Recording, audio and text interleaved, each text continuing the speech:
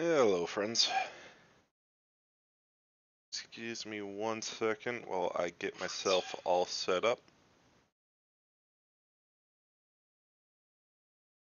Running a bit behind today.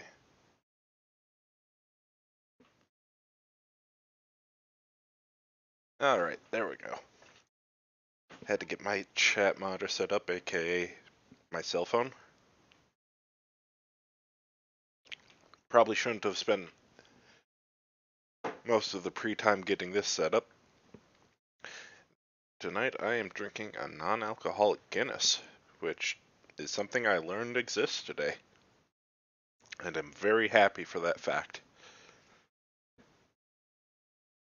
But yeah, we are painting some nids today. So I've already got most of these nids done. What I did was a standard zenithal, followed up by a coat of phthalo blue ink to give the dark blue base coat. Gave it some purple washing in the recesses, and then dusted it over with some dry brushed sky blue to give it the highlights. And now we're just gonna go ahead and start working on the red carapaces.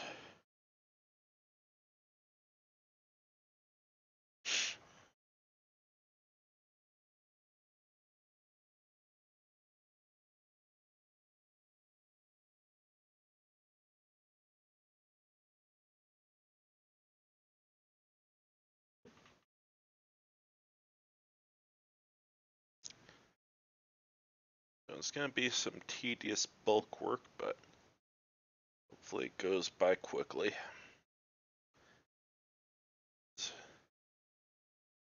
Base coating is not fun, but necessary.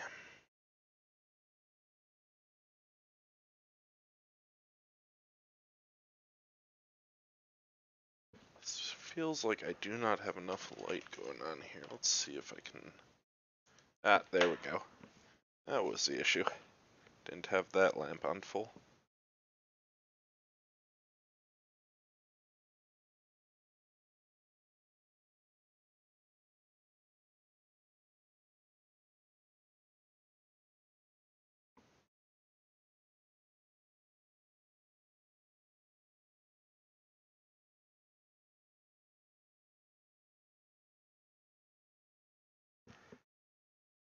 Not expecting a huge crowd today. Sadly, it seems like a lot of people decide to stream today. That's fine. Sure, some people will catch the VODs. I appreciate those people. Shout out to all the VOD watchers right now.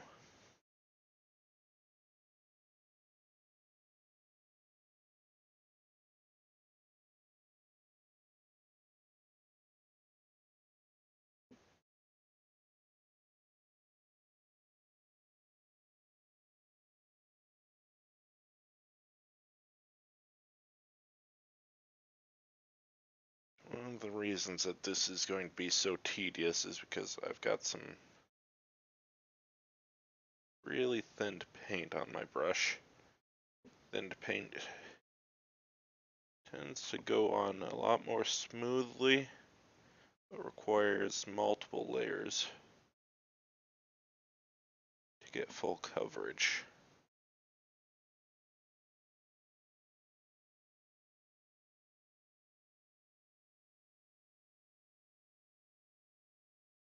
Which is one of those eternal trade-offs.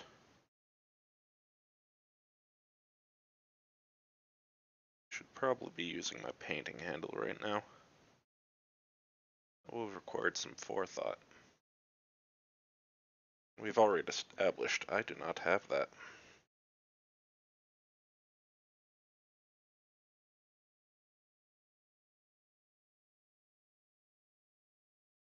So let us go ahead and grab that.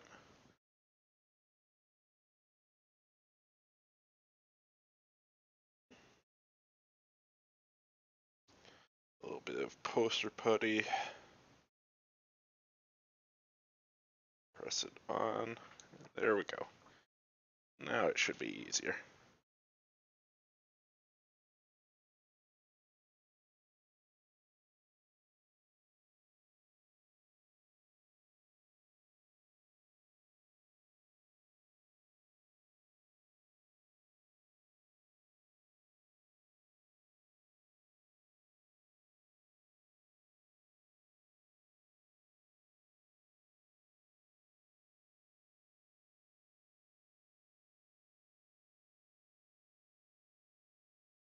nice things about painting these large sections of carapace, by the time that you're done with one half of the plate, the other half is dry enough for you to start the next layer on. You can just bounce right back and forth between them.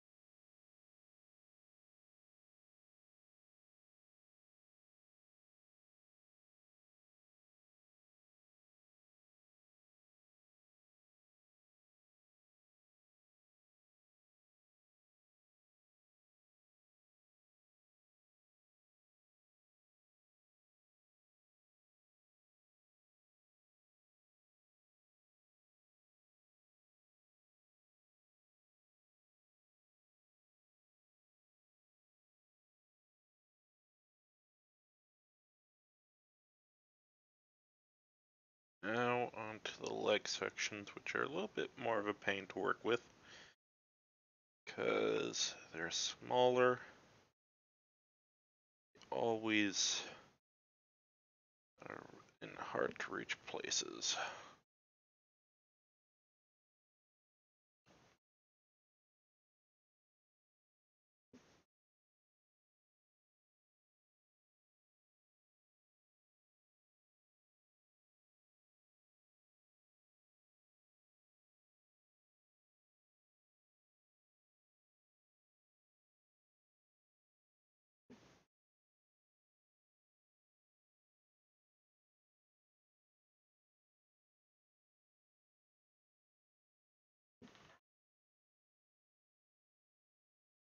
But like with any painting effort, the more energy you spend on it, the better it looks.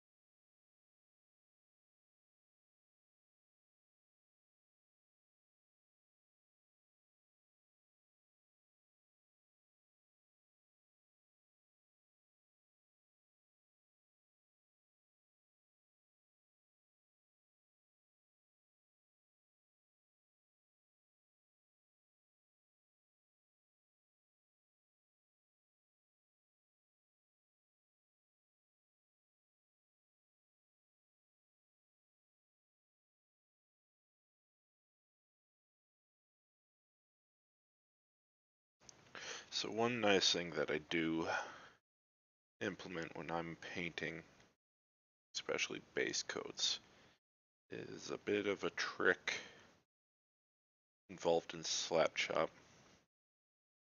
It's a pseudo contrast medium. It's this white fluid here on my palette, which you can't really see well with the camera, but it's what I've been dipping in for thinning. And what it is glazing medium mixed with flow aid. And what that does is helps you thin paints while also giving it sort of the consistency or flowing texture of a wash, which means that it's more likely to self-level if you apply it thickly, which means that you don't have as much of an issue with thick paint and applying it on too heavily as you do with unthinned paint. Now, it doesn't make it bulletproof. You still get collection in recesses, which ends up changing the look of it. Um, so it's not something you want to rely on, but it works nicely as a backup measure, kind of a little bit of extra safety with base coating. Especially if you're going to apply multiple layers. Helps really even it out.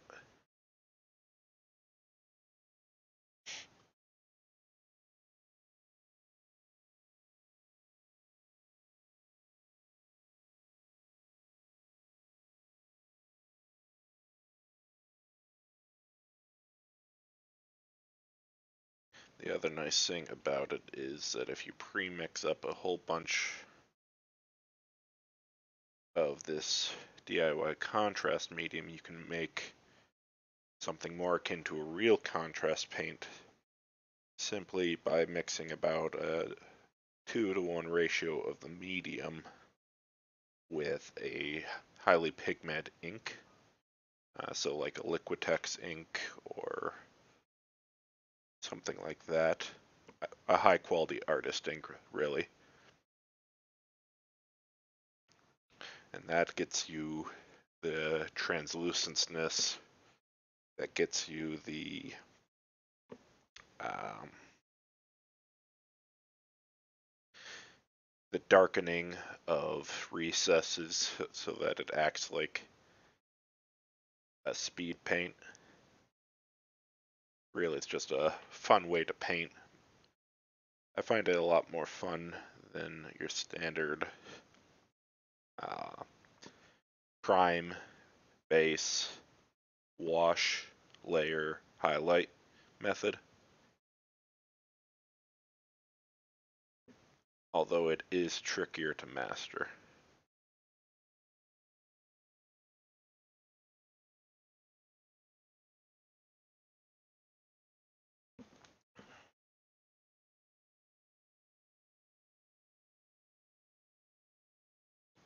I've heard a lot of other people in the hobby complain about the fact that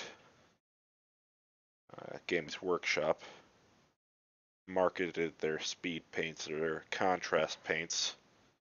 Gotta remember to keep this on camera since I zoomed it in. As beginner friendly, because they very much weren't.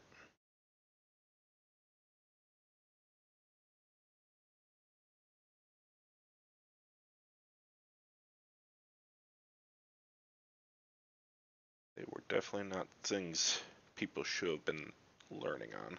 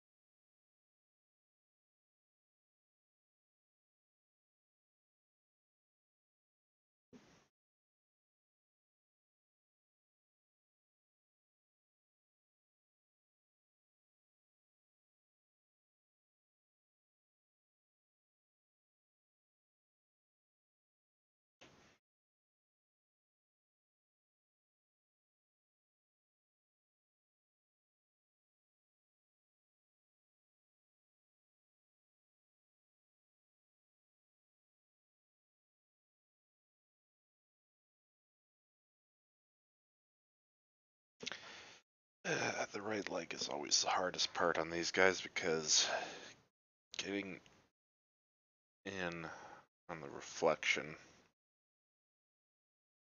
of the model, not easy method. Really wish I were ambidextrous. Wonder if that's something I can train myself to be. God, that would be annoying, having to retrain your muscle memory for both hands.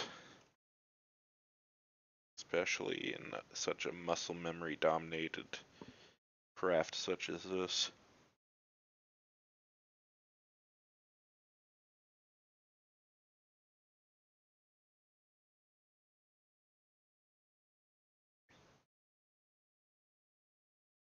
Of course, I say that. Next thing I know, I'm going to be painting with my left hand and find out that I'm supposed to be left-handed or something like that.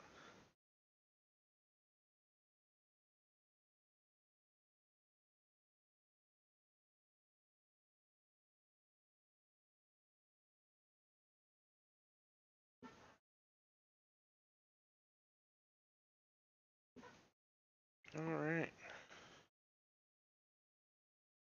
I think this guy looks good enough for the tabletop. Might hit his tongue again real quick.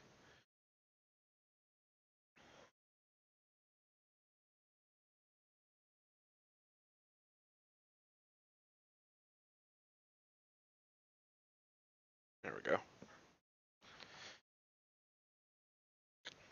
Alright. On to the next one.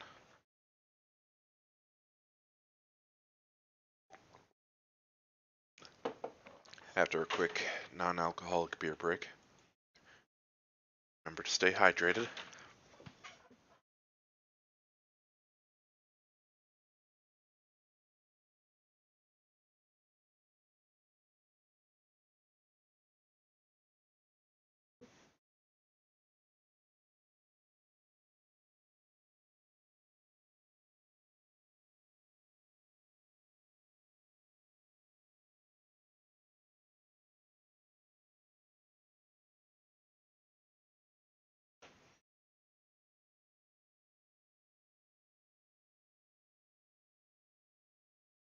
Something I've been wanting to try with these guys.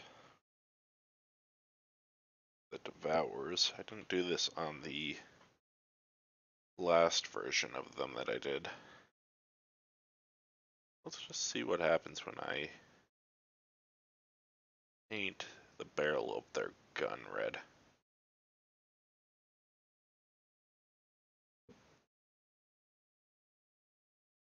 That's cool looking.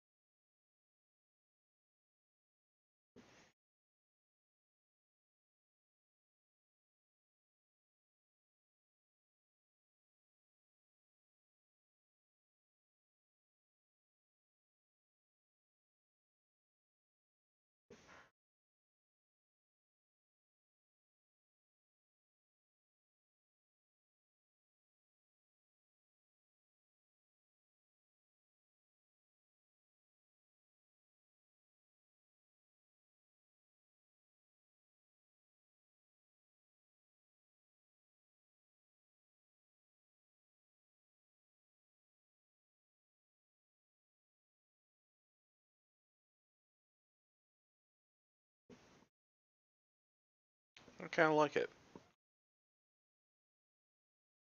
A little ostentatious, but there's nothing really subtle about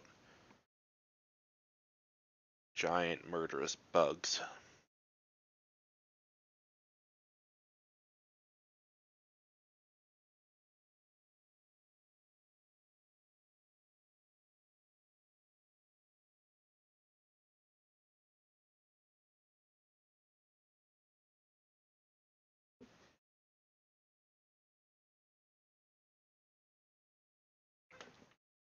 Need a bit more mixing medium. A palette.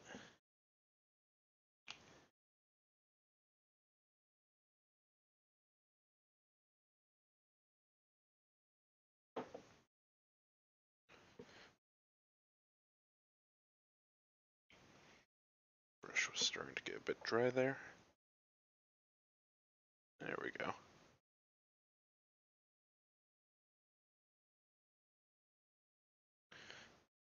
Now the fun of getting to the other side of this armor piece on the gun.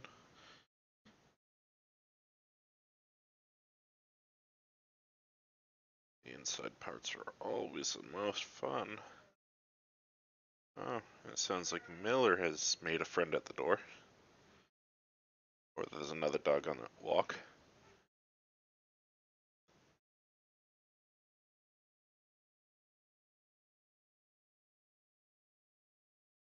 Because you know, the sidewalk out front of the house is his.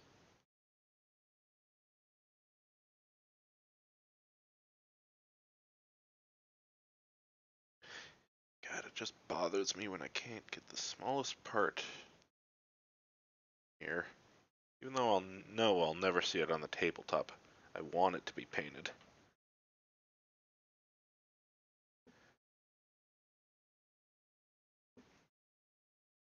Hmm.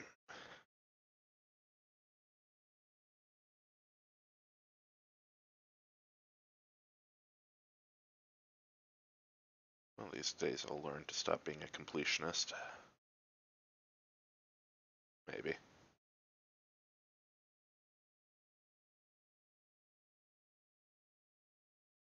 I think I've said it before.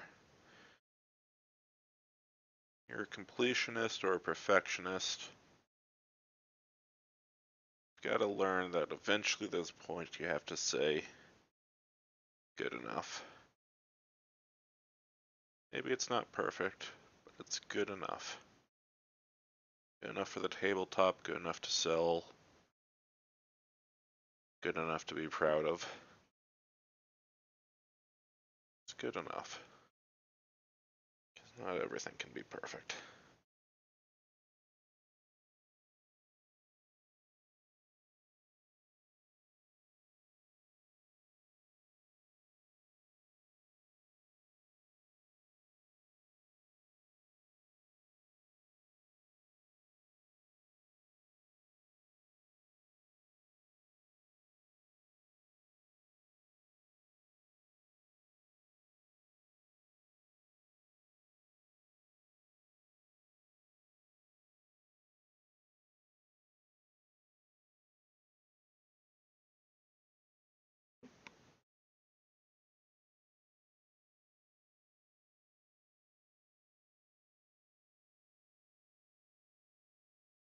Hey Merlin, how are you doing today?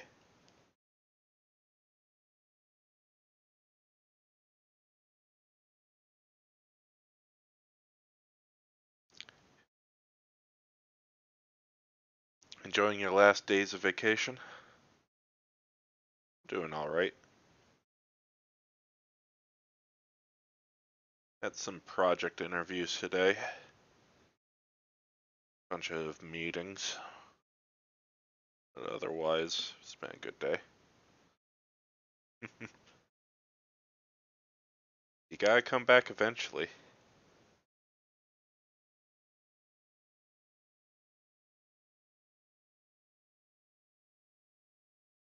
Don't worry, as soon as you come back, it'll be Christmas before you know it.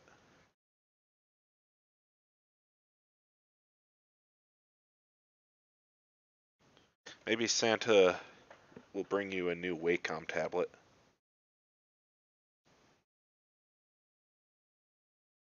With even more buttons than the one you currently have.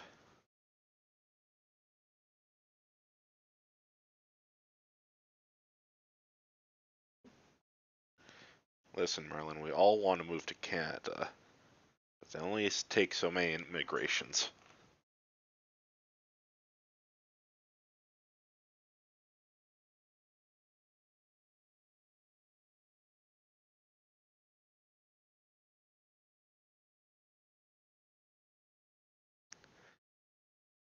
Yeah, same.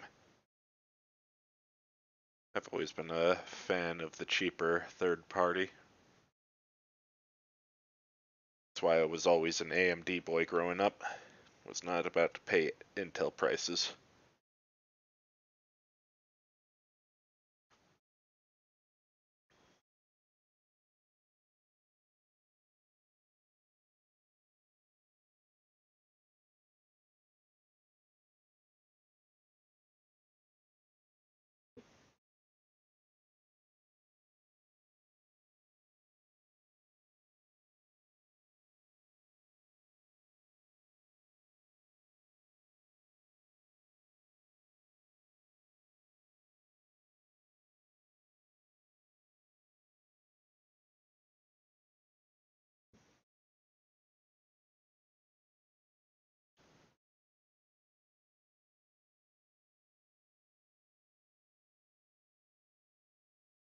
As much as I'm sure Chris is enjoying your maid service, I feel like you'd have to start paying a rent over there eventually.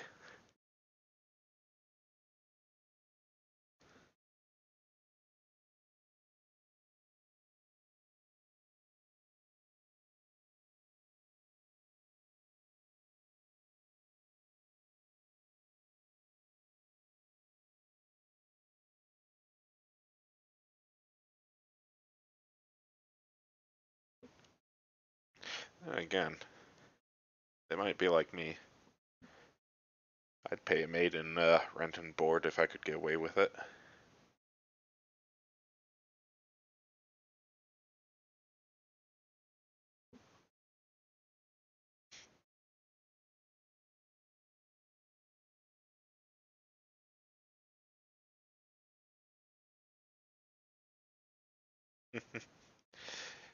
Yeah, Killed, these are the only good boys in blue.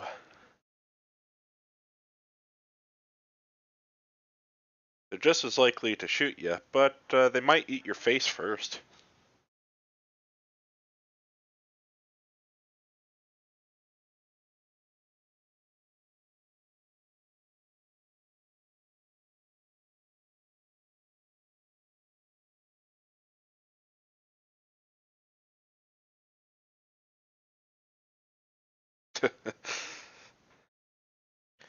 They're equal opportunity shooters.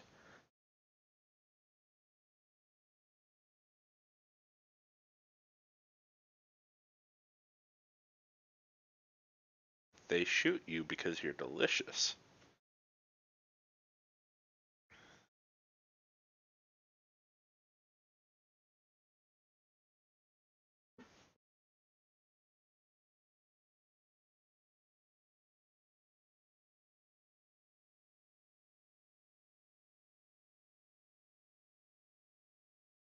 And really, who are we to deny them a meal?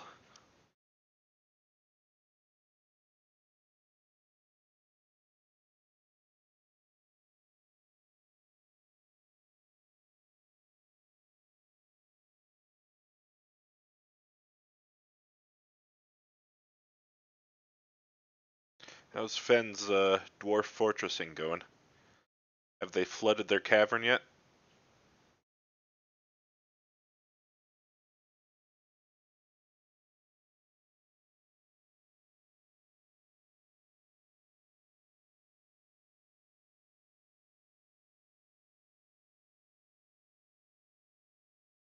Feels like today might have been a bad day to stream, what with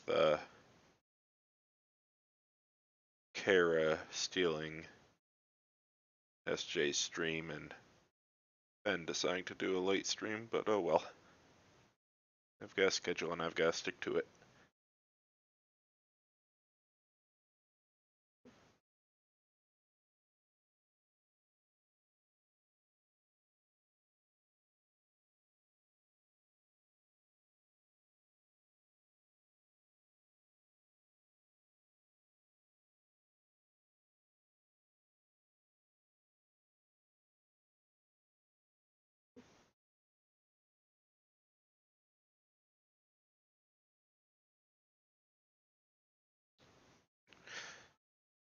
Well, FJ and Kara definitely don't do Thursday streams, and just kind of streams whenever.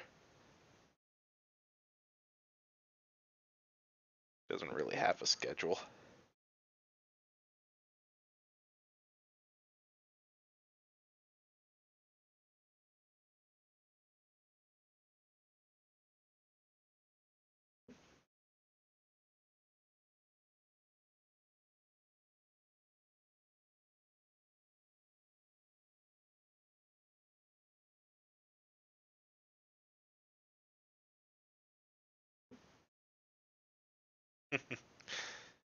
You're not wrong, Julie. I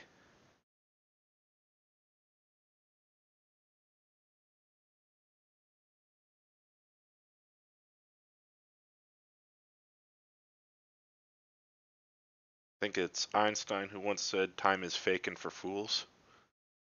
Oop, did I do that?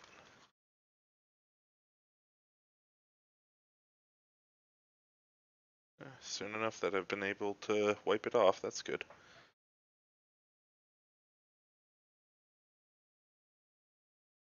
Hate it when I do that.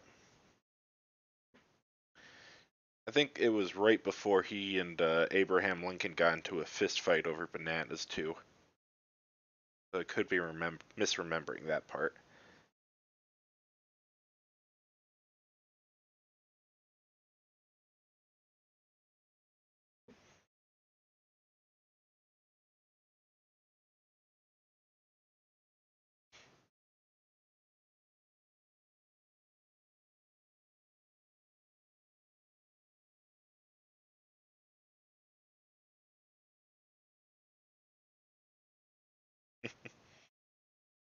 Extremely accurate American history. It's what Julie got one of her degrees in.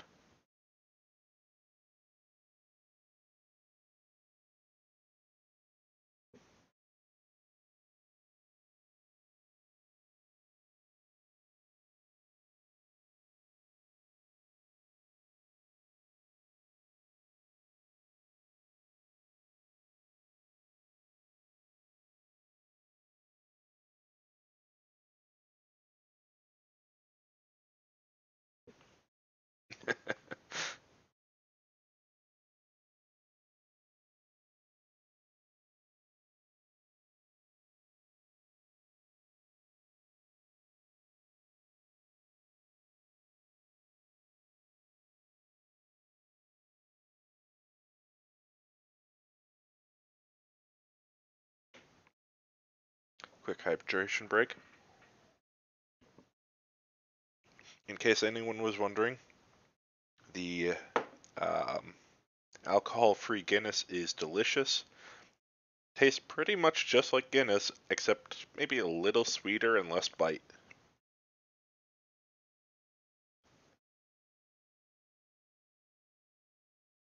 I like it. I was honestly surprised when I saw it um, at the liquor store today, because I knew that Guinness made a non-alcoholic beer called Caliber, but that's more like a regular American ale or English ale. But yeah, no, this is just straight up non-alcoholic Guinness. All right, I think that boy's good. Let's grab another spine fister.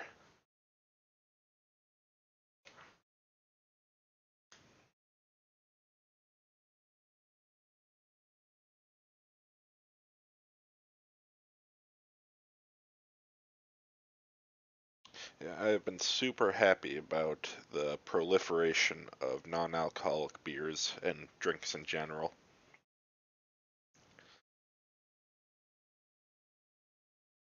Really like seeing America trend away from, well, no easy way to put into words. We've got a bit of a problem with drinking poison. I mean, like, if you can do it in moderation, that's great. A lot of us can't, and we should be accepting of people who recognize that they cannot handle their poison. And we should fully be embracing providing alternatives and treatment. And that's Yelk's heavy topic for the evening. I am happily 1 year and 4 months sober.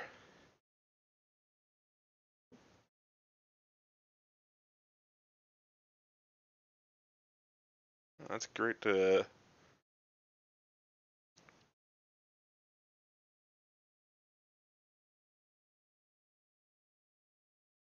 Glad that you're handling it well now too, there, Keld.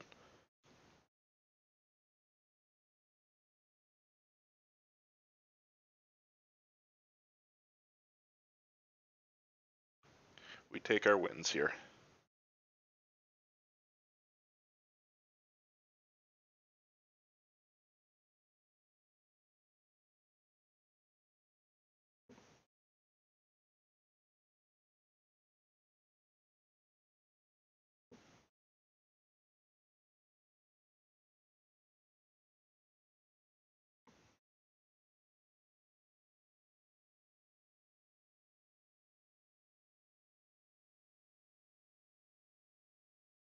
But yeah, I've got actually a wide assortment of ones I picked up in the corner store tonight. Turns out Sam Adams has a non-alcoholic IPA.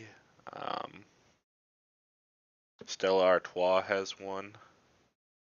And then I picked up a classic Buckler.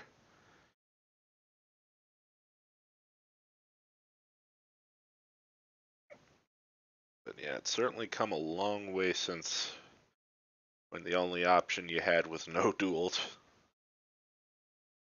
God, was old duels awful.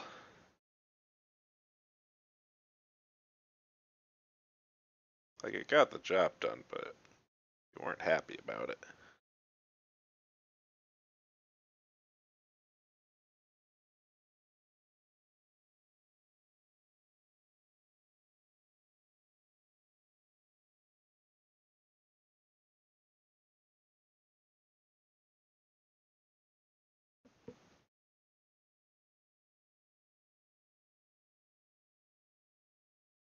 Right. I miss Trader Joe's.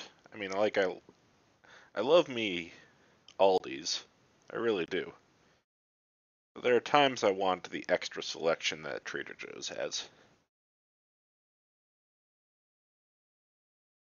Like, they have some amazing lavash bread at Trader Joe's that I miss so much.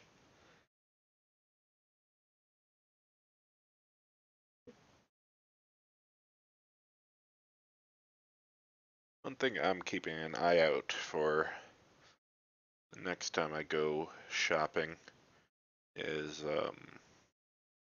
de-alcoholized wine, because um, I really am in the mood for that holiday mulled wine. And it's not like I can get the same taste with like grape juice or anything. So lavash bread is like a tandoori style flatbread, I believe. I want to say it's a Middle Eastern or Mediterranean bread, but it would require a much hotter oven than what I have.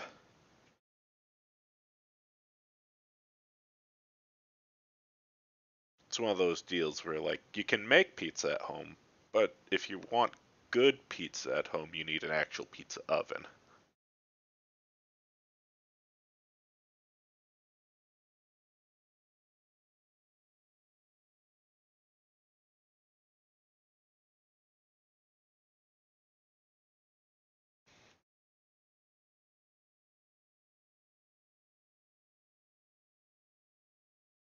Right.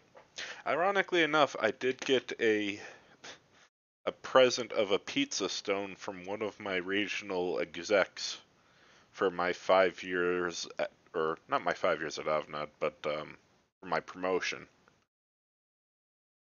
weirdest thing. It just kind of came in the mail and it's like, congratulations on your promotion. Here's a pizza stone and peel.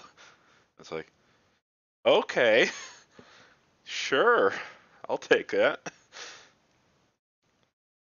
So, combined with the bread maker, I really need to make some pizza dough one of these days and yeah, do it up all fancy style. Get that fresh basil ripped up on there, some tomatoes, some mozzarella. Ah, yes, the pizza anniversary. How could I forget? Oh, my wife's gonna kill me. No, Tjalk is not married.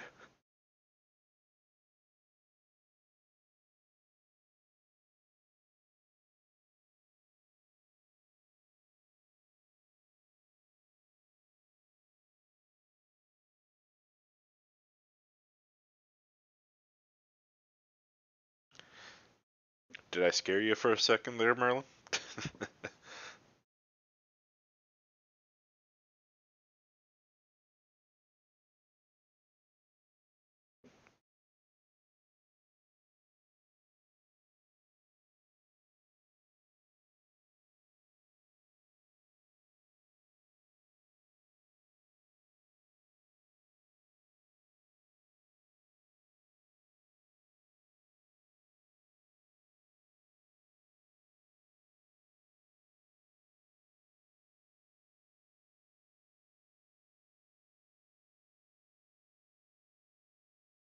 One thing I really need to do after I put down these ink coats is get a habit of hitting it with matte varnish. Not for any particular protective reason, but just because these inks leave kind of a gloss finish to it, and gloss finishes take um, do not take paint well on top of them. It's kind of like the same effect that causes a finish to be matte or gloss is sort of like the difference between having a floor and a waxed floor. You know, the waxed floor has no grip on it because it's so smooth, which is also why it's kind of glossy. So an unwaxed floor is matte and has a lot more friction to it, has a lot more grip surface area at a microscopic level, which means that when you swipe a paintbrush across it, some of the paint gets, ripped up and settles right in those micro grooves, and it sticks because it has more teeth to it.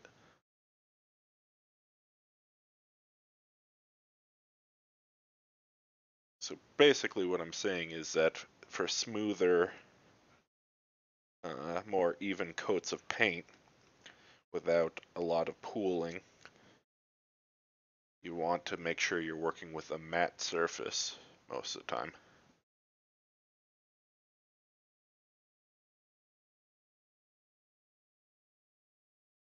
So that it'll actually absorb the paint better.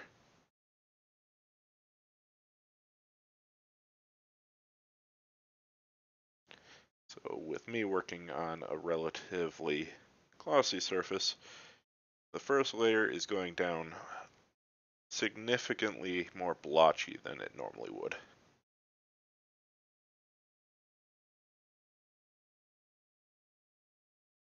But oh well.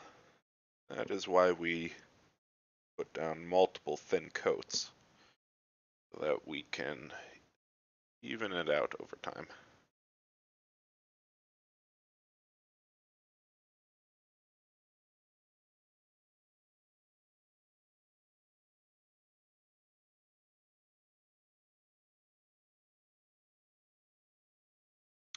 And again, because we are working with bugs here, even if it does come out a little uneven, well, nothing's perfectly flat and even in real life, so why would an organic creature be?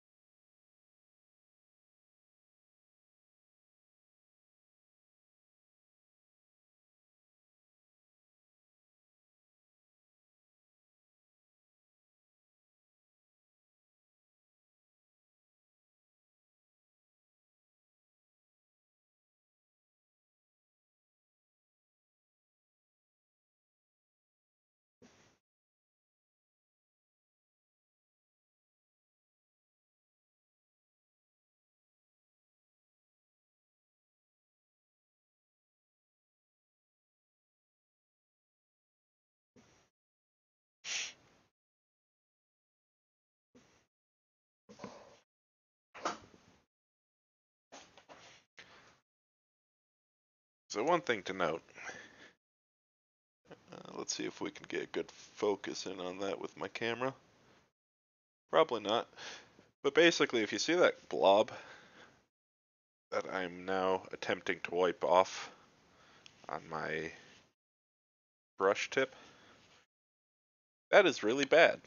That is paint creeping up towards the ferrule, or the metal part of the brush, and if it gets too far up there and dries, that can really damage the brush, because that's sort of like, putting a finger in between your other fingers. If it's up here towards the end, you can still keep your fingers relatively close together. If it's back here, they're suddenly splayed all apart. And the same effect happens on your paintbrush. If you've got paint dried up by the ferrule, it makes it really difficult for your uh, bristles on your brush to stay together and form a point. I treat my brushes really poorly. I should do better about that, but I don't because reasons. But if you want to be an artist and be a good artist, treat your brushes better and don't let paint get that far up along the bristles.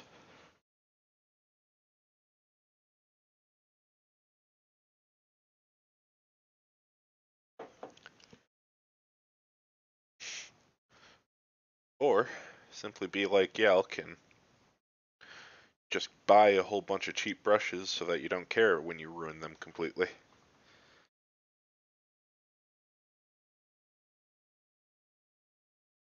That is also an option.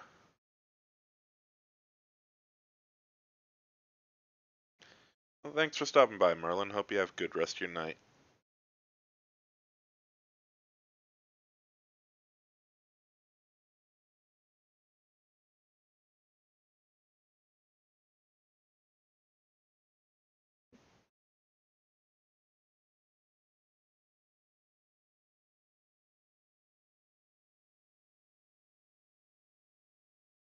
Oh yeah, I definitely think that brushes are one of the few uh, painting tools that you can skimp on.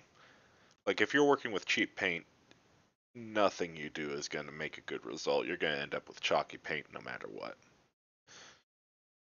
But brushes, as long as you're not working with like really bad, like dollar store penny per brush, like you give to children style brushes, as long as you're paying at least like, you know, 50 cents, 75 cents for a brush these days, in a big synthetic multi-pack with some half decent fine point brushes. Like, I'm pretty sure this brush came in a multi-pack of like 10 for $7. And it works probably just as well as a $1.50 brush or a $2 brush.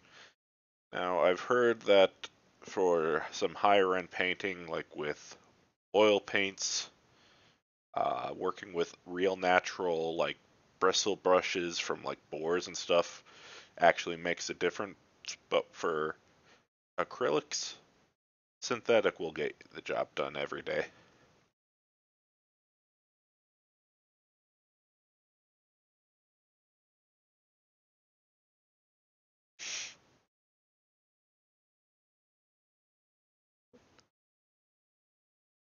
And I will always, always hate uh, Games Workshop Citadel for trying to sell you basically the same exact brush or really any tool of theirs for 5 times its actual price. Like, they're selling a $5 pair of nippers for $25. They're selling a pin drill for $35 when you can pick one up at your hardware store for like 6. And it's just so damn predatory. Because there are nerds out there that have never been to a Home Depot and are just going to think, oh yeah, I've just got to buy the Citadel version. Thankfully, one of the few good things about stuff like Amazon is that, if they're searching for it there, they can see all of the alternative results. Be like, well, why am I going to pay $35 for this when there's a result right next to it says I can get it for only 8?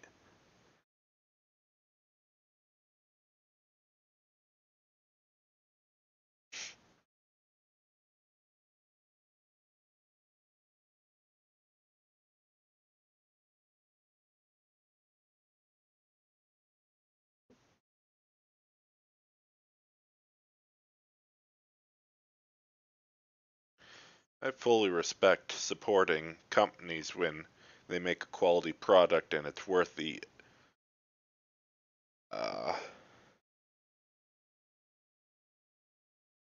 worth the markup, especially if it's something custom that they develop themselves. But when you're taking something that's already existed for hundreds of years or whatever, well, maybe not hundreds, but decades, and you're just putting your logo on it, that's greedy.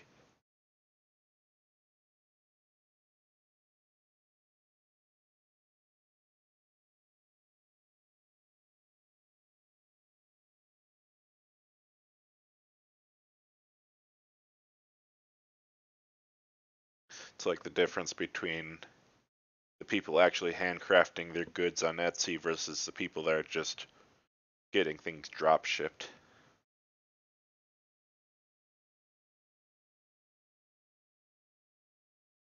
Drop shipped with private labels applied.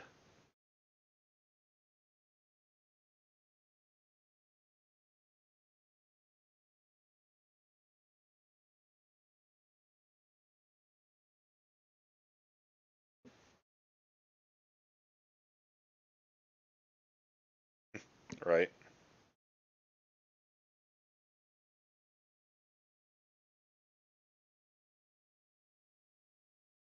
Hmm.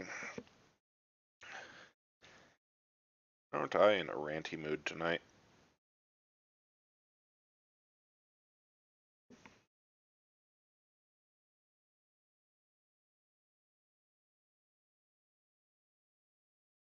What do you think? I think this guy looks good.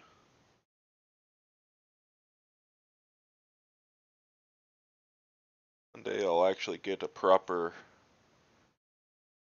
like, macro focus camera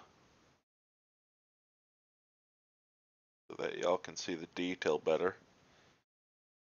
But we're about an hour in, so I think we're gonna have to go ahead and take our first break of the night. So everybody get up, stretch your legs, get yourselves something to drink, all that good stuff, and we'll be back in about 4 or 5 minutes.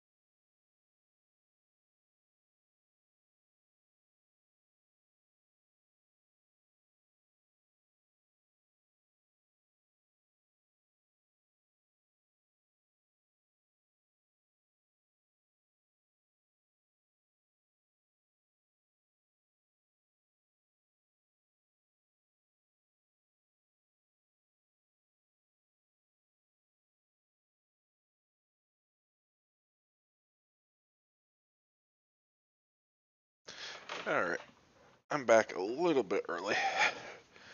Mostly because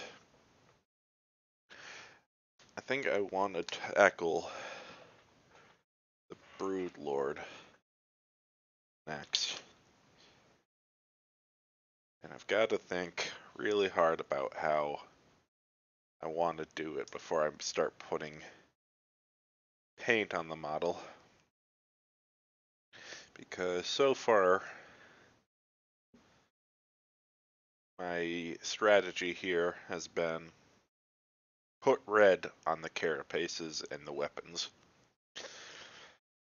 And this guy has got a lot of carapace.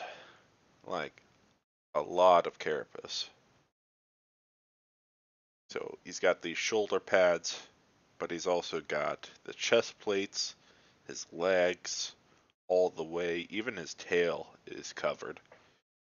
And I'm just wondering how much of that I want to paint red and how much of that I actually want to keep blue, because I don't think a wholly red character is going to look good. Obviously, I still want to keep the head blue, any of the parts of webbing you see still blue. I think I want to keep the lashes still blue, but like, obviously there's some carapace on these lashes I'll paint red, the hand grip, the shoulder pads, the shield. But then the question becomes, the legs, the arms, the chest plate, and how much of that do I want to turn red here? I'm not sure. I'm really not. Hmm.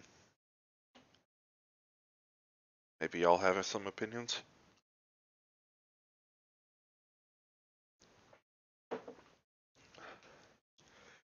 If not, that's fine too. We'll start with the easy stuff and work our way through.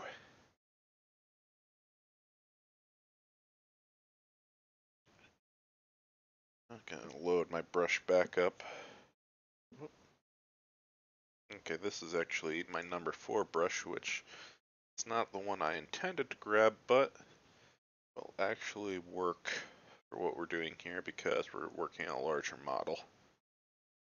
Previously, I was working with a number 2 brush.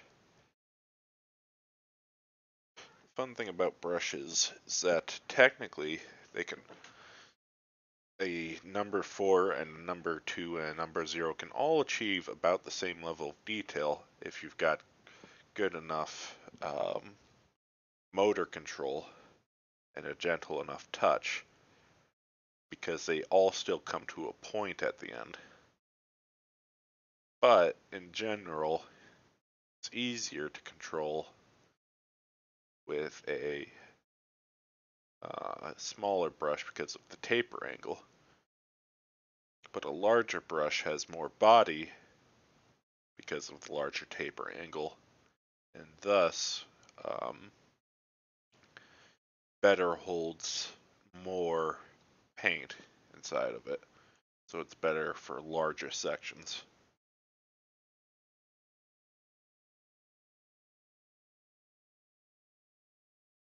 Because you really don't want to be going back to your paint multiple times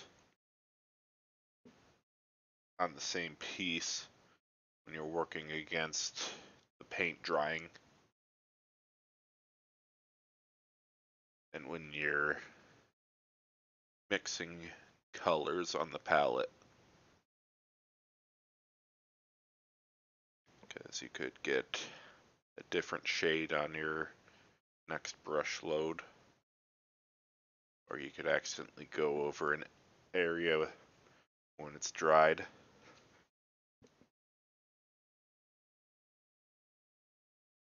Stuff like that. So, with these big old shoulder pads, or I suppose they'd be pauldrons, happy to be using a larger brush.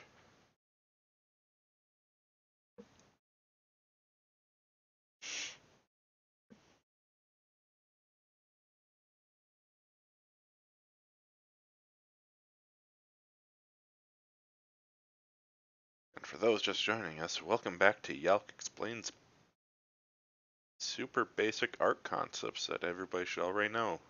But if you don't know, that's fine. We're all learning still. I guess that was a terrible way to phrase it. Yalk points out the obvious? Maybe? I don't know.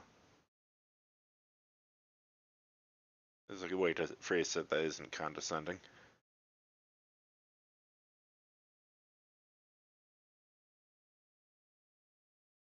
The point is, I'm not saying anything revolutionary right now.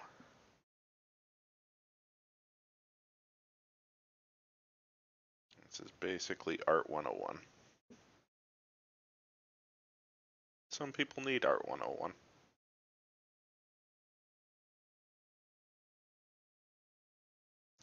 Because our American education system doesn't really do a good job. And even if not everybody's going to become an artist, they should still learn some aspects of it to become a well-rounded individual and to understand why we invest so much time and energy in it.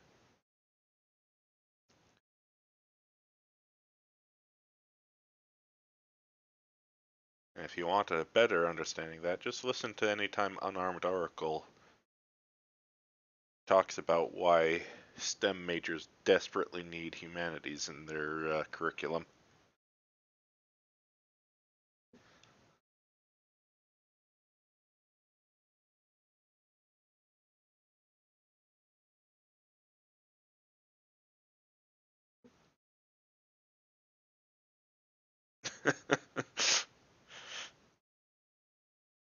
Exactly.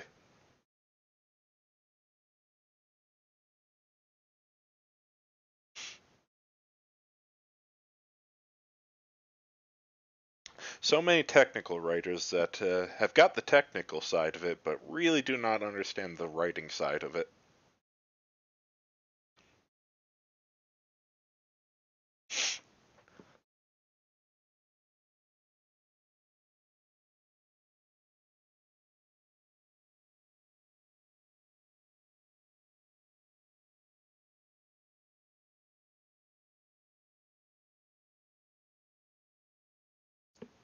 Don't get us started on the reading comprehension aspect of things either.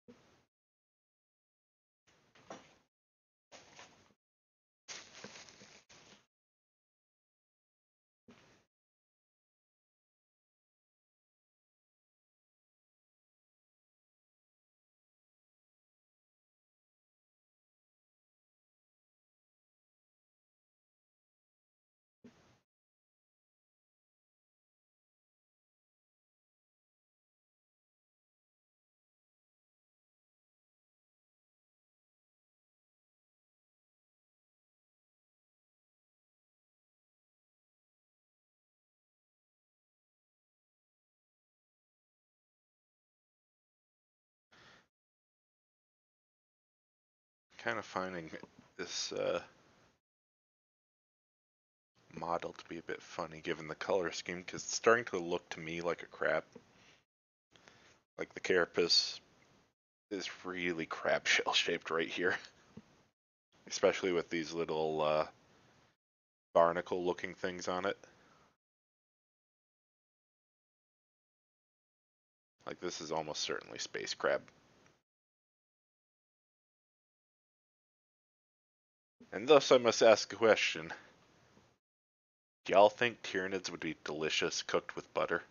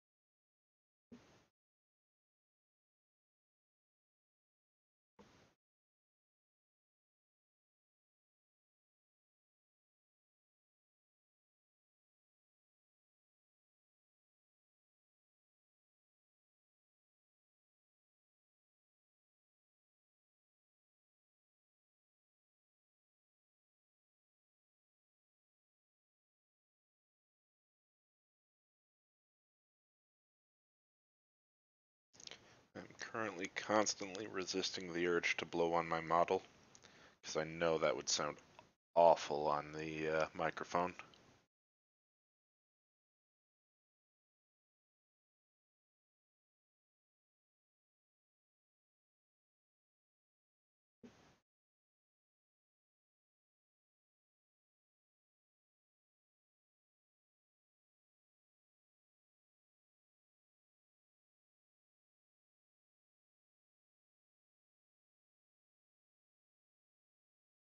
But sometimes this paint just dries too slowly.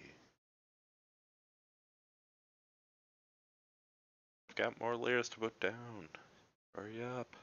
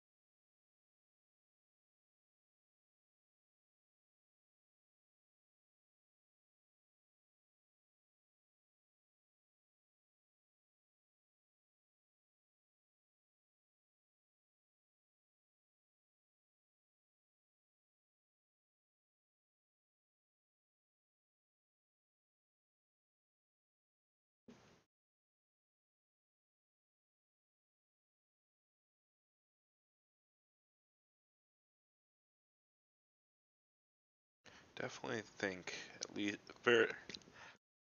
Let me try that again. Work with me next time here, mouth. I think for the. Nope. Still struggling with it. At least for this model, I want to go ahead and go back over the red, dry brushing it with a red orange with a little bit of white mixed in to do up a highlight color. Because even though it's showing through some of the value of the snow blue dry brushing I did before, it's very subtle, and I want something a little bit more intense. It's either that or I'm going to wash it with a black to darken the shadows even more. Or a combination of both. I'm not sure yet. But I definitely do want this red to stick out and have a little bit more detail than it currently has.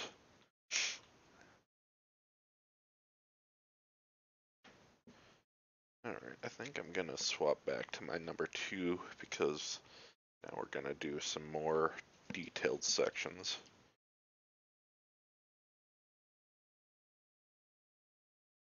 This is a number 1. Well, where did you go, number 2? Oh, completely on the other side of my desk. Brilliant. Exactly where it was supposed to be, right?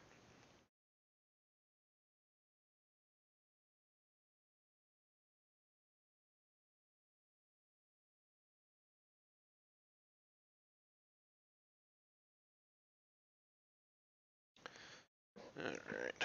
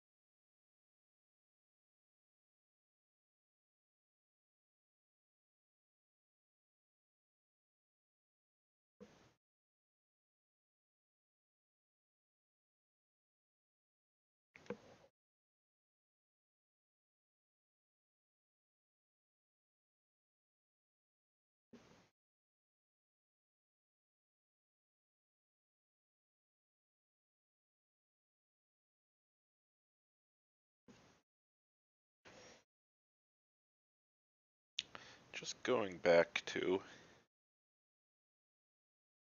the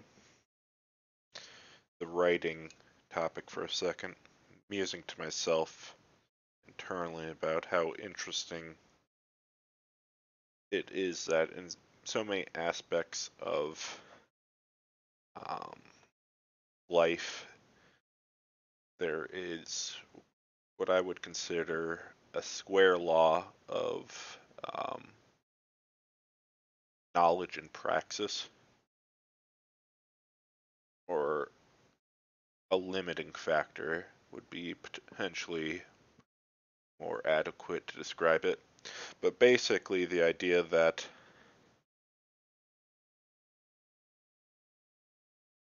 your ability to do and your ability to communicate both limit each other. In the realm of like technical writing, you can only write on a subject as well as you know that subject, and you can only communicate your knowledge on that subject as well as you can write on that subject. So, in order for you to be effective in communicating that subject, you have to be good at both that subject and at writing about it. The same goes for painting. You need to have the physical ability, the muscle memory, the um, hand-eye coordination, the practice with your hands, the dexterity to put paint on paper or model. But you also need to have the knowledge and theory behind it in terms of color theory to get a good result. Because if you lack either of those, you're not going to have a good result. You're either going to struggle to apply what you know about color theory, or you're going to struggle to produce a good color gamut for your project, and part of your skill will go to waste. And you think about how many people in our society, or even just as you know, try to act like they're only, you know, good at one thing and that's all they need to be good at. You got the manly men that think, oh, I just gotta be good with my hands and that's all. Well, no, you need to have some book learning behind that too. You can't be pure one thing or another. You can't be pure left without your right brain. Everything comes in balance.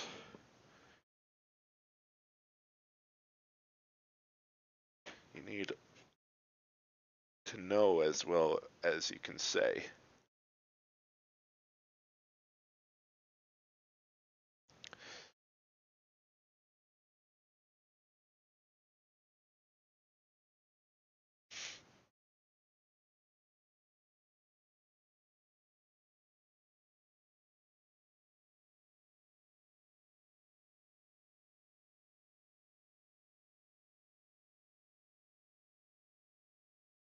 I don't know.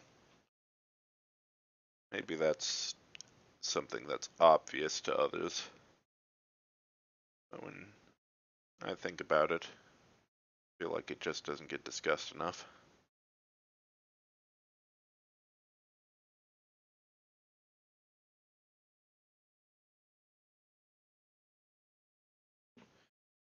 I feel like society just kind of forgets about that sometimes.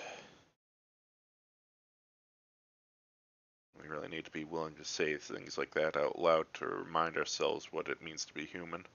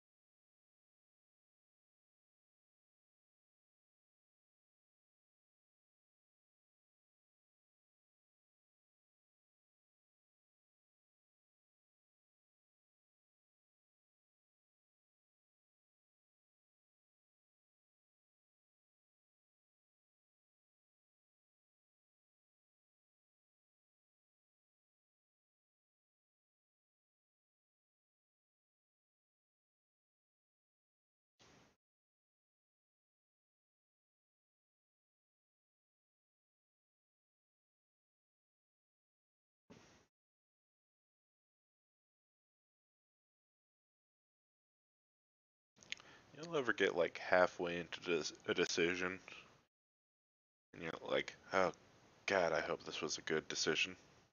That's how I'm feeling about where I'm at with the paint right now. Because like there's no turning back at this point on painting this chest piece carapace red. But I'm really hoping it doesn't clash. Maybe clash isn't the right word. I hope it's the right level of contrast for what I'm looking for.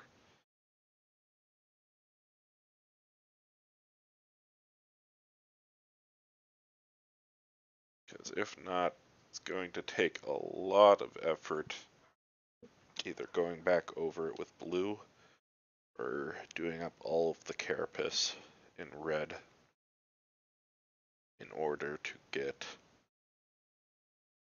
um, everything looking proper. Because at that point, I decide that the difference between the legs and the chest is too great. I'm gonna have to do up all the legs and the arms like this too.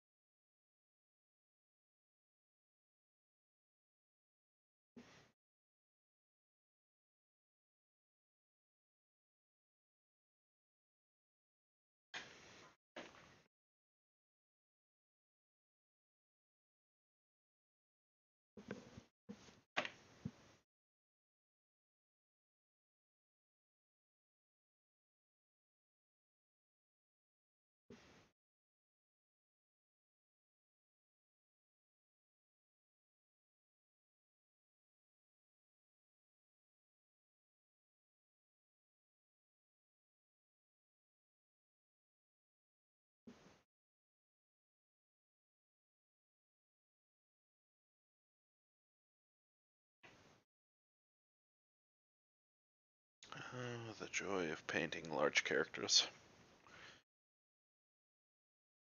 So when it comes to painting large objects, typically the large objects you're painting are going to be something like a vehicle or terrain with a lot of flat surfaces with relatively the same color. Maybe there's a gradient. But with characters like this, you don't get that um, nice ease because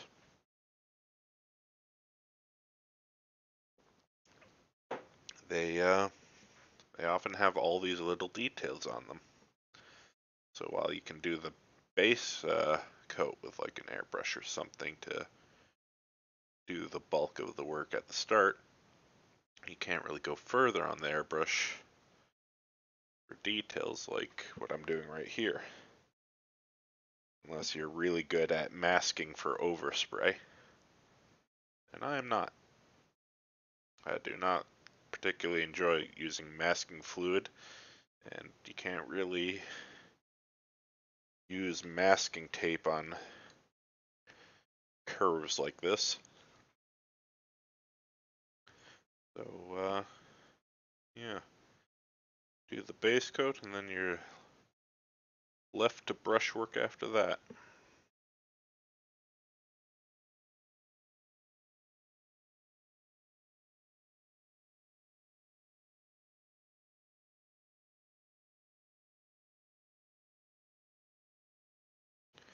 Which means long sections of applying the first layer of a coat and thinking, oh god, this looks awful, because the first coat always looks awful, questioning your decisions. And the second coat, when you finally get to it, starts to look a little bit better. And then by the third coat, you're like, oh god, this is taking forever, but at least it's looking good. Finally, it's looking good.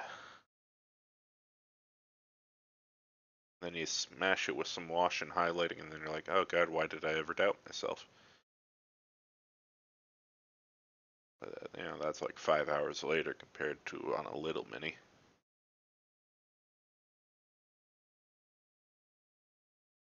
God help your soul if you're doing a non-metallic metal in the process, because geez, does that take forever and a half.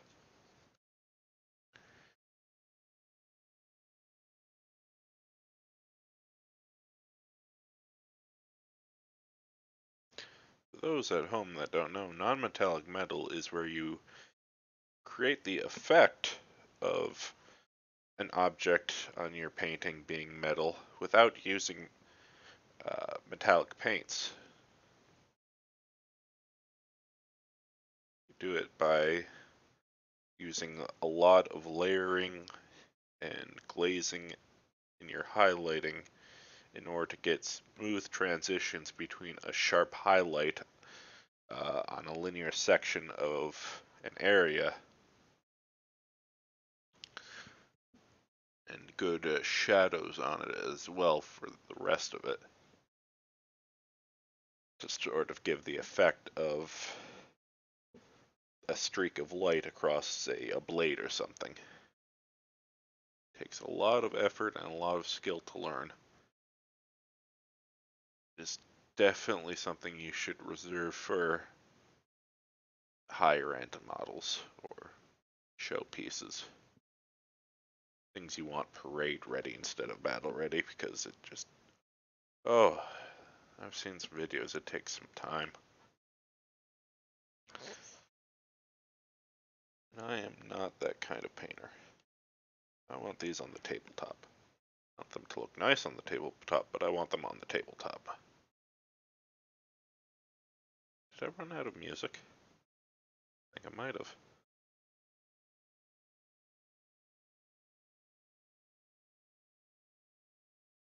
Alright, let me just finish this layer of red in the chest. We'll put on something different.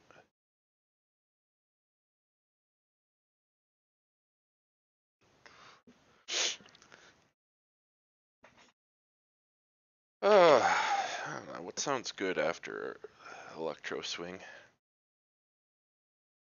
Maybe some jazz? Um,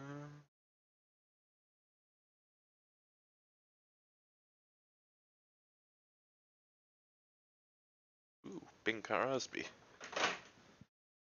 Love me some Bing.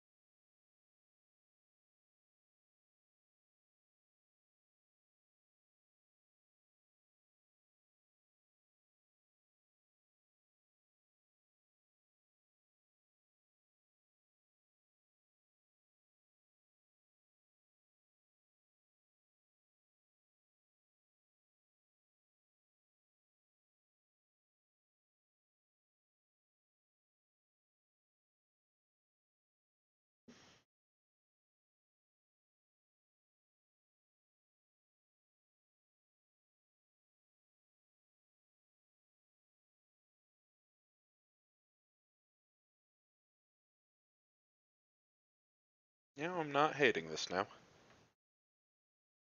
It's rough to start, like I said, but it's coming together. Always gotta trust the process.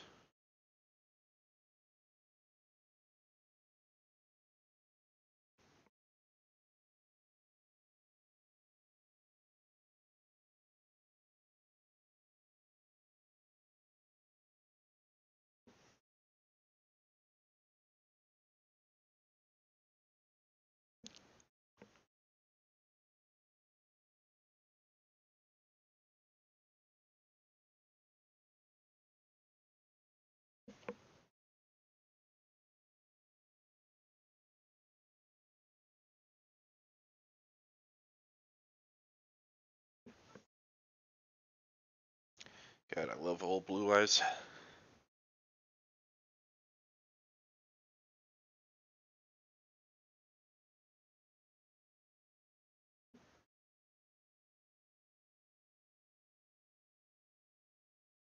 Just one of those irreplaceable voices.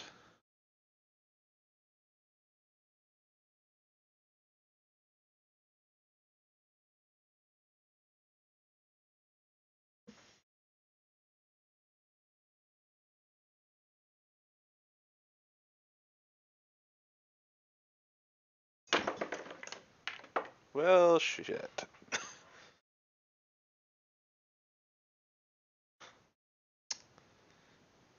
Well, I wasn't expecting that tonight.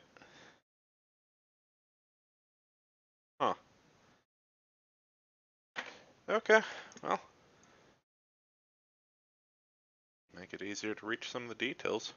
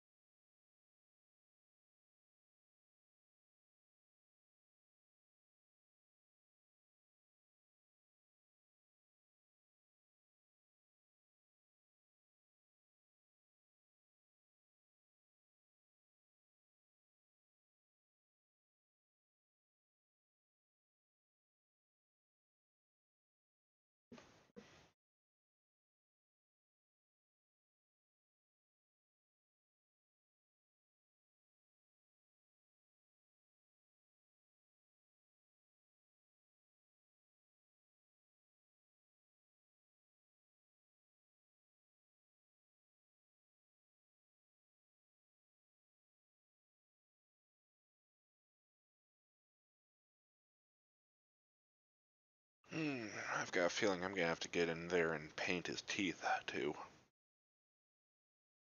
And his eyes.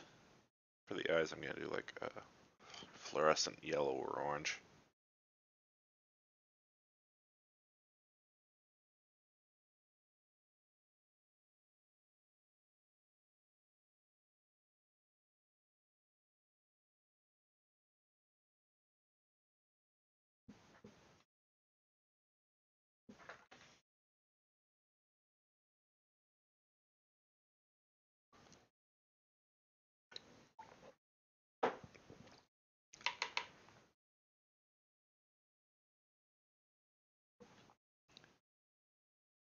Need a little bit more red on the palette. Impressively, we only started out with maybe 3 or 4 drops, and I've gotten through 2 hours of painting with that little bit of paint.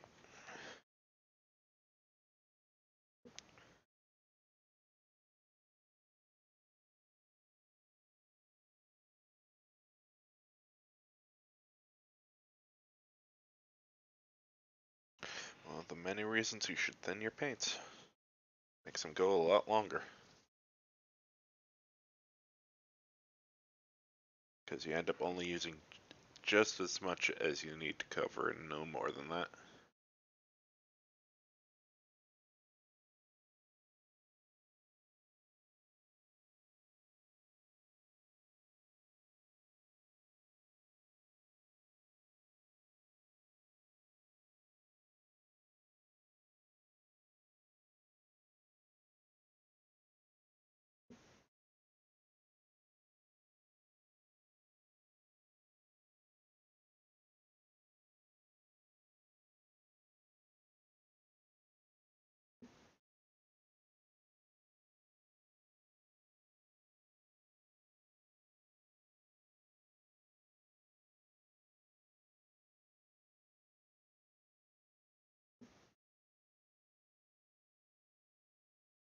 Oh, I completely didn't even notice. Buddy's got some carapace on his brow.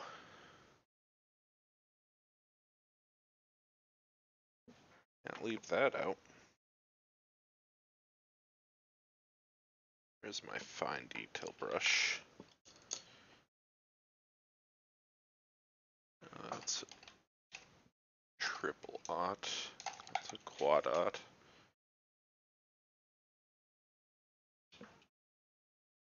Oof. See if we can make a point with this double aught.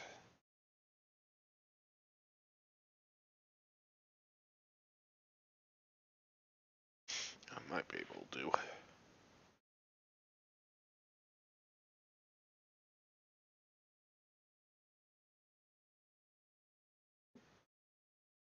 Maybe not though. Yeah, it's a bit rough.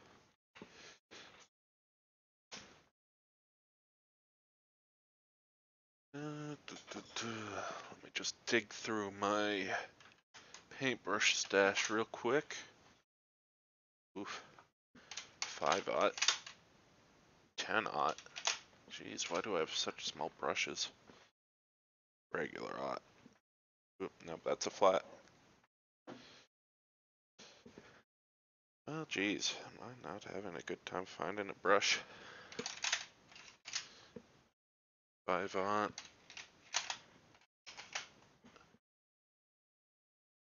Screw it.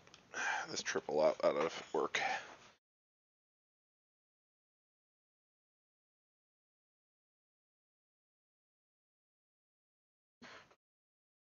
It's a liner brush, but it'll work.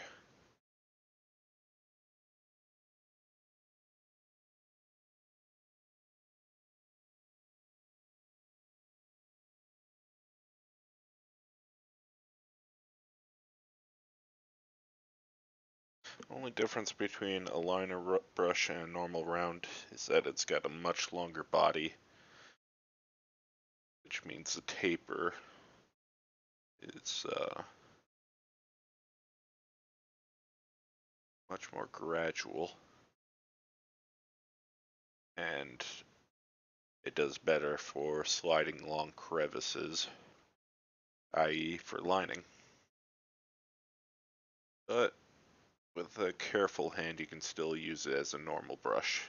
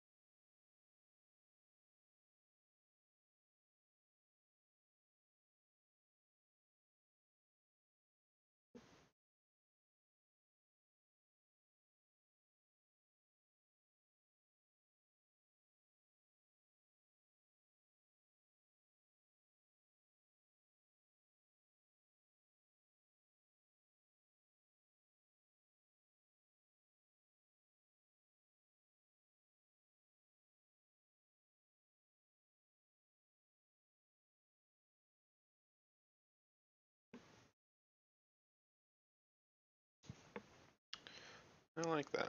That really breaks up the head nicely.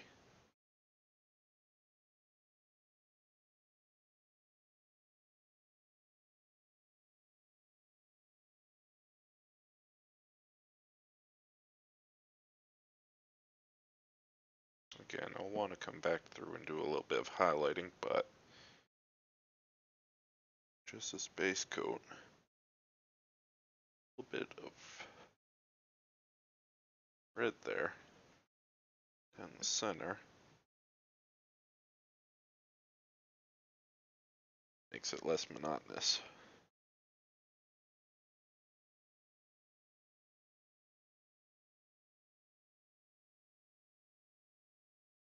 These legs, though, are looking a bit monotonous.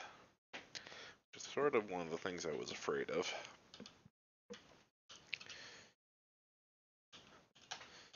Because it makes me feel like I ought to do them over with red too.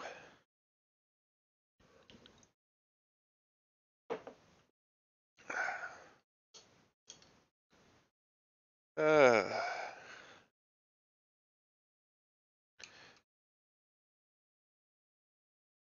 let's just do up the tail for now and see what I feel after that.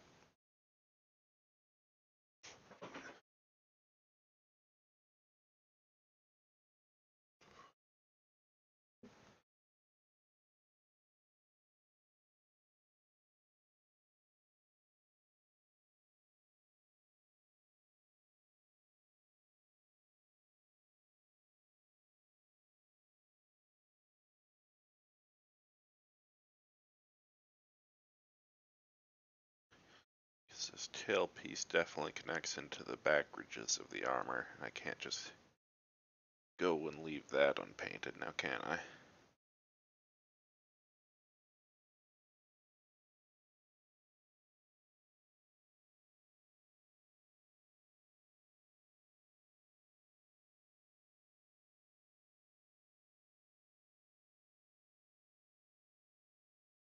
God, if I had known that this guy was going to be so heavily red, probably will base coat it in red with the airbrush, and then just worked the blue in afterwards.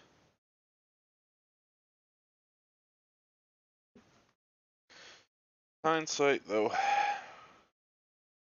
Hindsight.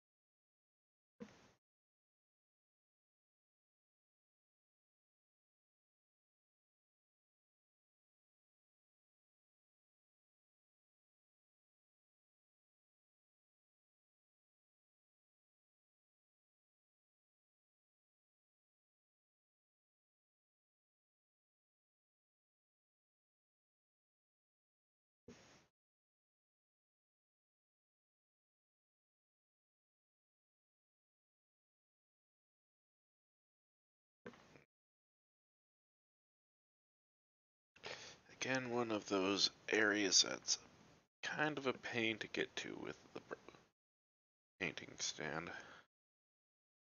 Again, it's kind of obnoxious to get to no matter what I'm doing, so maybe it's not the painting stand's fault.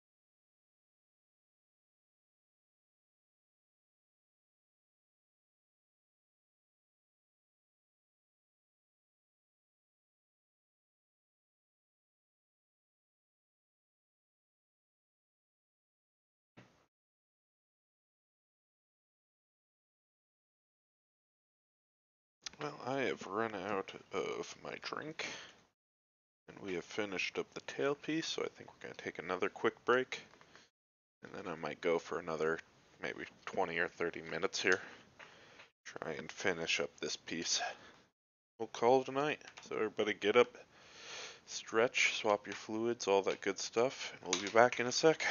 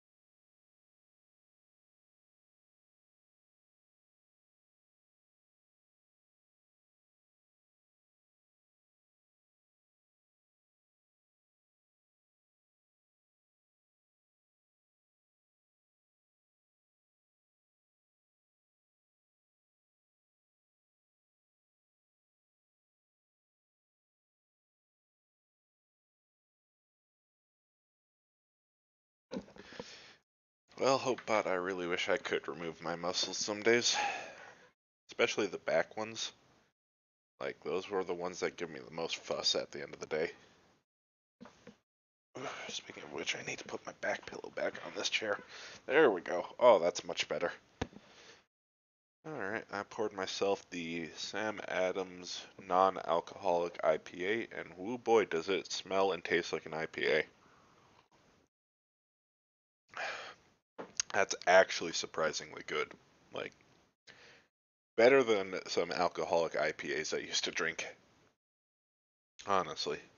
Which isn't a high bar, because I think a lot of IPAs are actually just really bad beer. But that's a whole different other story.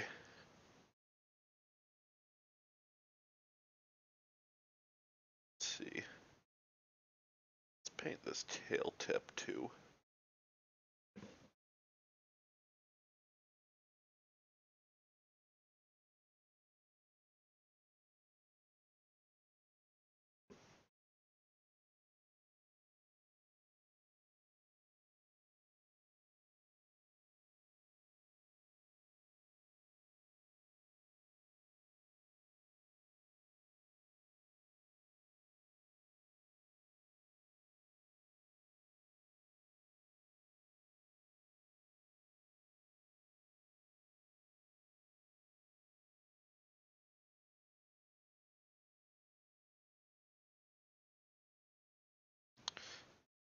That dry. While we're letting that dry,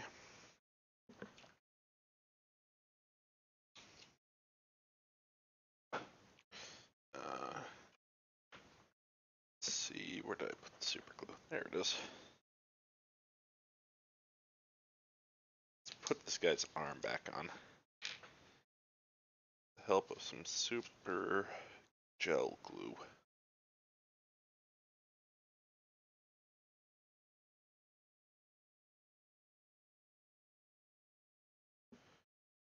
Oops.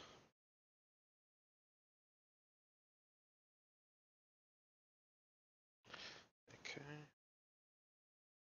Oh boy. It's flowing out fast.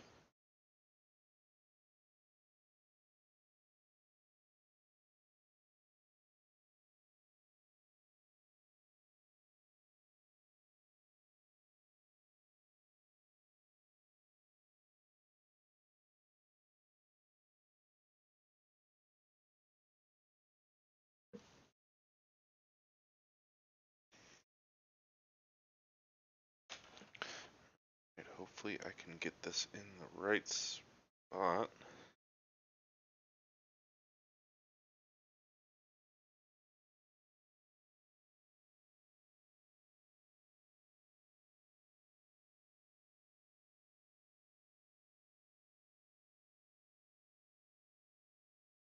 Okay, yep. I don't think I see any gaps like that. We're just gonna let that cure for a second.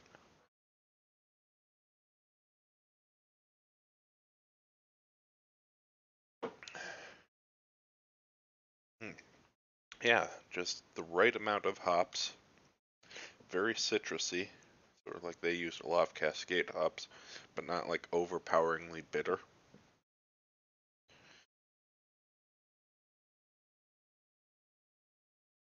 It is very surprising how good it is.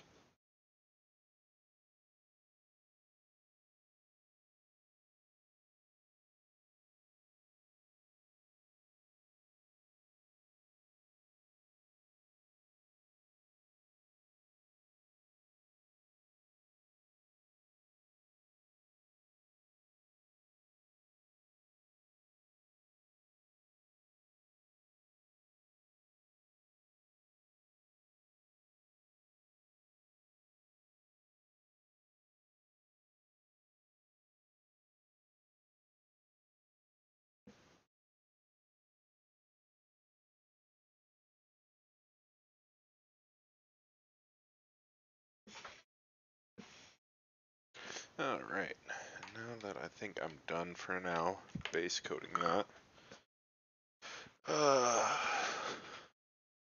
we are gonna grab some bright orange. I think we'll use that as our highlight color for this area.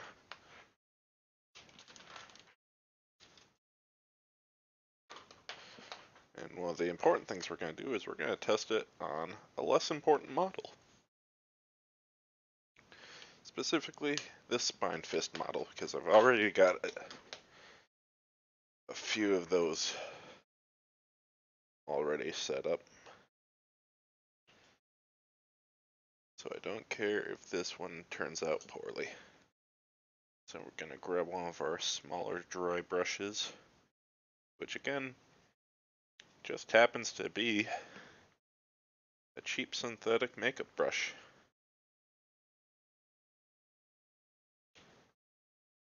Remember, you don't need to have the specific hobby branded uh, tool for the job when alternatives exist. A makeup brush is basically the exact same thing as a hobby grade dry brush. Because if you think about it, they do basically the same job.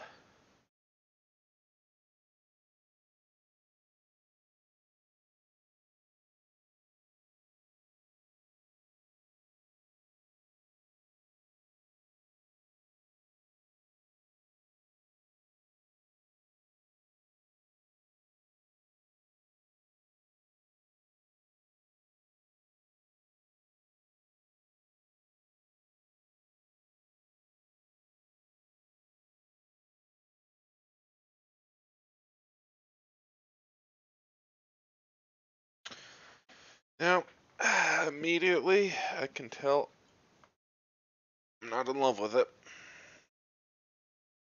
It definitely skews a lot further orange than I was hoping. It's a lot. Let it dry a bit. Maybe it's got some titanium pigment in there that is leaving it a lot brighter while it's still wet, but I think we're also going to go ahead and grab a bottle of, not that.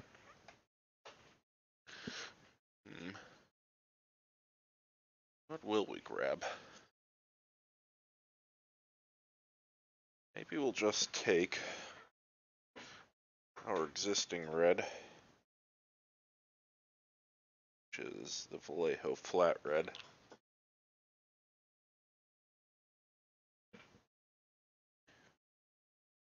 And mix in a tiny bit.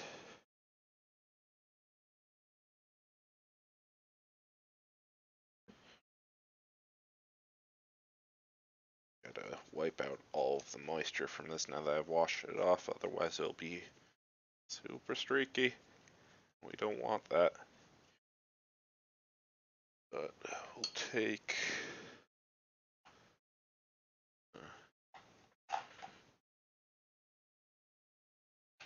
We'll let it dry out over there.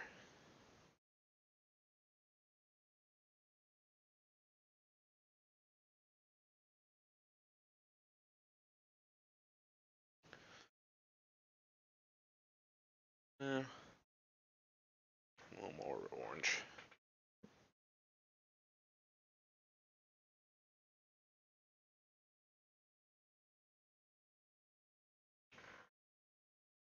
We might even toss in some white too, to really up the value.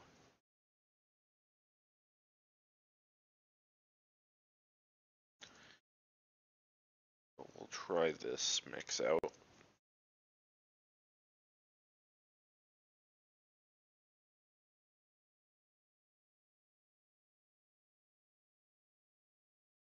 Alright, let's try that on this here Devour model. See if that gives us any good noticeable effect.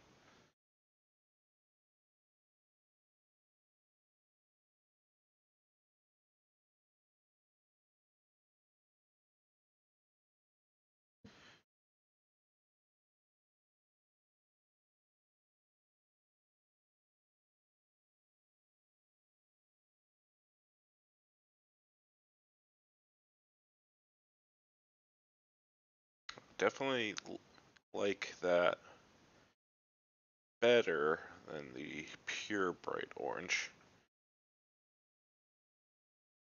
It's a lot more subtle. That might just be what we're looking for.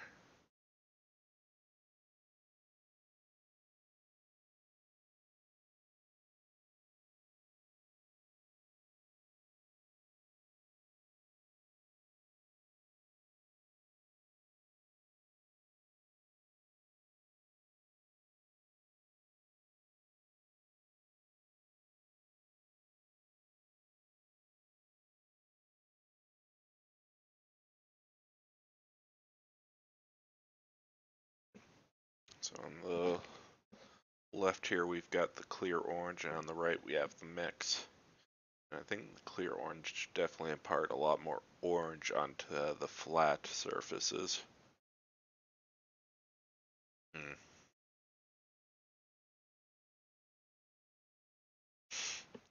Hard to tell, honestly. Not sure which one I like more. Maybe we'll do a third test while we're at it, since I've got one more of these boys I did up beforehand. So we'll go ahead and grab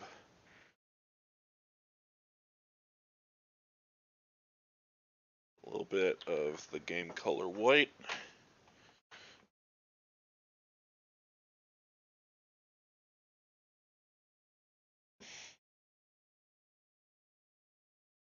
little bit of the red.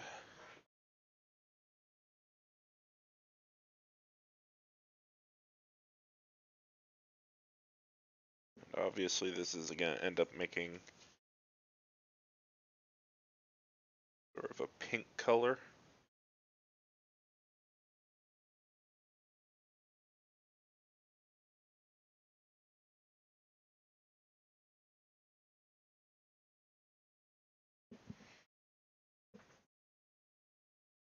Then we do our drying procedure.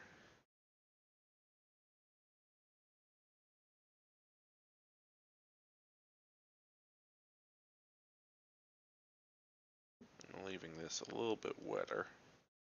And be very gentle on our brushing.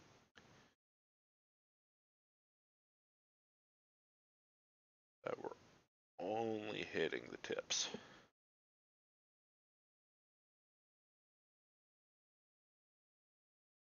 We can try and minimalize the mid-tone effect we're having with it.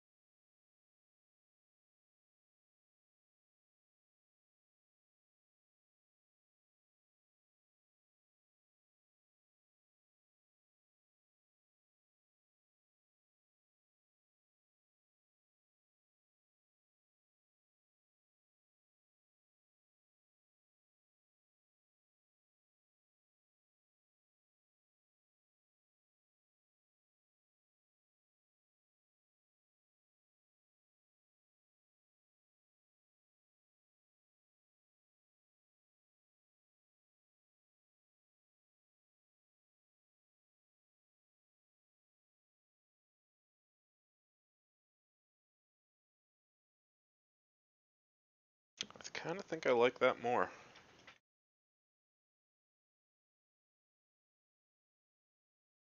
Definitely turns it a bit pinker.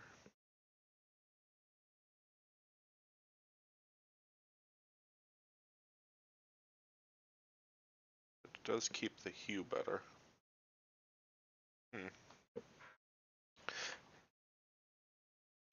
Maybe it's a split the difference kind of deal. A little bit of white, a little bit of the bright orange, and a lot of the red.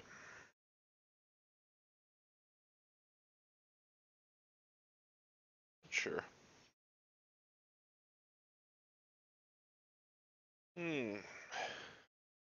But with that, I think I'm gonna take a break from painting. Been going a bit longer than I usually do. Uh, so, thanks again for hanging out tonight. I'm not gonna throw you to anybody because I don't like doing raids with small numbers, but I hope you go out there, find another stream you like, and spread some love around. And, also do something nice for yourself. Be kind to yourself and others. Hope you all have a good rest of your night, and we'll see you back here on Saturday morning. Ciao.